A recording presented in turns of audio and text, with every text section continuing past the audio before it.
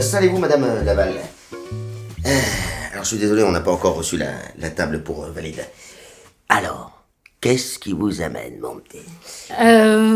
Écoutez, à part les soucis liés à ma validité, c'est vrai qu'ils m'embêtent un petit peu au quotidien. J'ai enfin trouvé un emploi en CDI dans une boîte adaptée avec des escaliers un peu partout, donc c'est super.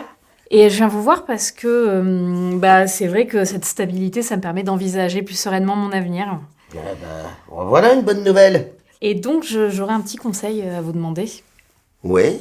Alors, vous avez mal quelque part Non, je vous explique. En fait, ça fait bientôt 5 ans que je suis avec mon compagnon et on envisage d'agrandir la famille.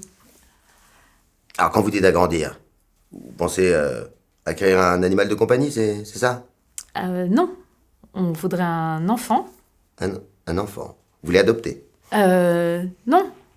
On voudrait, mon ami et moi, être les parents d'un enfant que je porterai moi. Enfin, je voudrais tomber enceinte. Je voudrais être maman, quoi.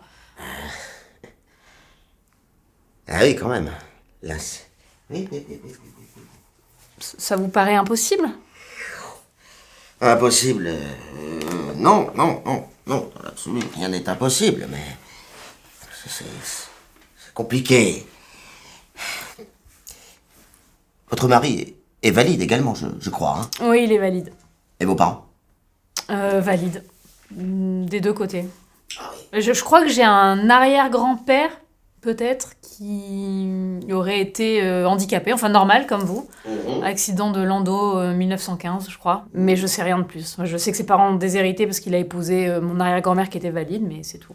Oui, alors là, c'est une lignée de valides, là, ça va pas aider. Hein. Non, une grossesse dans ce cadre-là, on se dirige directement vers un enfant valide, assurément. Ah ouais, vous êtes sûr? Parce que je crois que j'ai lu quelque part que ça pouvait peut-être sauter une génération ou deux. Non, vous savez, faut pas écouter ni lire ce qu'on peut voir dans les médias. Non, vraiment.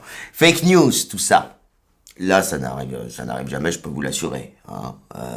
Non, là, moins de... Non, sauter une génération, mais là, c'est même pas une génération, c'est un arbre généalogique, voire une forêt entière qu'il faudrait sauter. Là, Mais moi, je connais un couple d'amis valides qui ont quand même réussi à avoir un enfant normal, enfin handicapé comme vous. Oui, mais il devait y avoir un Andy dans la famille. Mais vous savez, on se sent prêts, mon ami et moi, on a très envie de vivre cette aventure à deux. On se dit qu'avec les progrès de la science, peut-être que c'est possible maintenant. Madame Laval, est-ce que vous avez la moindre idée de ce que c'est que d'élever un enfant valide? Alors oui, vous savez, puisque vous l'avez vécu vous-même, mais justement, sachant ce que vous avez vécu, est-ce que vous avez envie que votre enfant vive la même chose? En tout cas, je sais que vraiment, on se sent capable d'en avoir un. Et puis, il y a les aides. Oui. Encore une fois, j'entends bien, mais Madame Laval, il y a une différence entre se sentir capable d'avoir un enfant et en faire un. Hein? Mais vous savez, docteur, notre envie d'enfant, elle est légitime. Oui, je ne dis pas le contraire, c'est légitime. Mais n'est-ce pas encore une fois un petit peu faire preuve d'égoïsme? Alors, vous savez, 100% des couples valides, ils sont venus me voir ici avec cette lubie d'avoir un enfant. Je les en ai dissuadés. D'ailleurs, c'est un petit moment que je n'ai pas eu de leurs nouvelles. Donc pour vous, c'est impossible. Disons qu'elle est infime.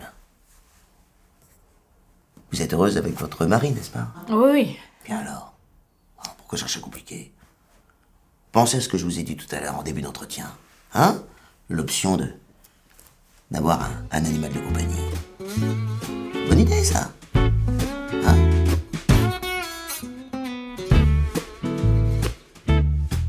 Commencez par un poisson rouge, un hamster, puis après, un petit chat, un gros chat, un petit chien, un gros chien. On est concerné aussi. Je suis en situation de handicap et j'ai des enfants. Oui, on peut être en situation de handicap et être parent, c'est un droit fondamental. Toutes les parentalités sont différentes. Et alors ?